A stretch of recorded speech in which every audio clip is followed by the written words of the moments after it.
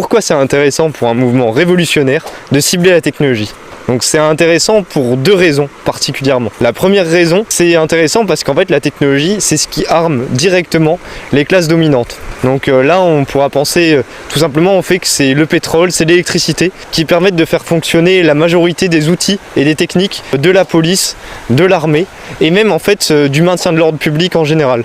La vidéosurveillance algorithmique, du fichage sur internet, des masses médias pour pacifier la population. Donc voilà, la technologie c'est directement le bras armé en fait concrètement des classes dominantes. La deuxième raison, qui est plus importante en fait et plus complexe, c'est que la technologie c'est aussi ce qui détermine directement l'existence des classes dominantes, notamment la technocratie et la bourgeoisie. Là pour ça il va falloir rentrer un peu plus dans le dur sur l'analyse anticapitaliste et en fait quand on réfléchit à ce que c'est le capitalisme, donc la propriété privée des moyens de production, on s'intéresse assez peu à se dire mais qu'est-ce que c'est ces fameux moyens de production dont on parle qui sont possédés par des particuliers ou par une classe en particulier. Et bien en fait ces moyens de production c'est des techniques, c'est la paysannerie, l'artisanat historiquement c'est des techniques démocratiques avant nous et depuis la révolution industrielle c'est des techniques qui sont devenues des technologies industrielles qui sont justement de plus en plus complexes et qui dépossèdent de plus en plus le travailleur de sa capacité à maîtriser les outils qu'il utilise pour produire au quotidien.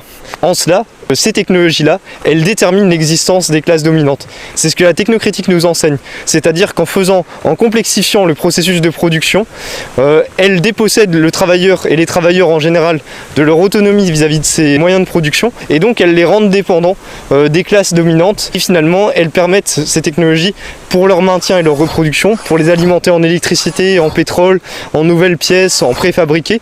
Elles permettent et elles favorisent le maintien d'une organisation sociale inégalitaire et écocidaire.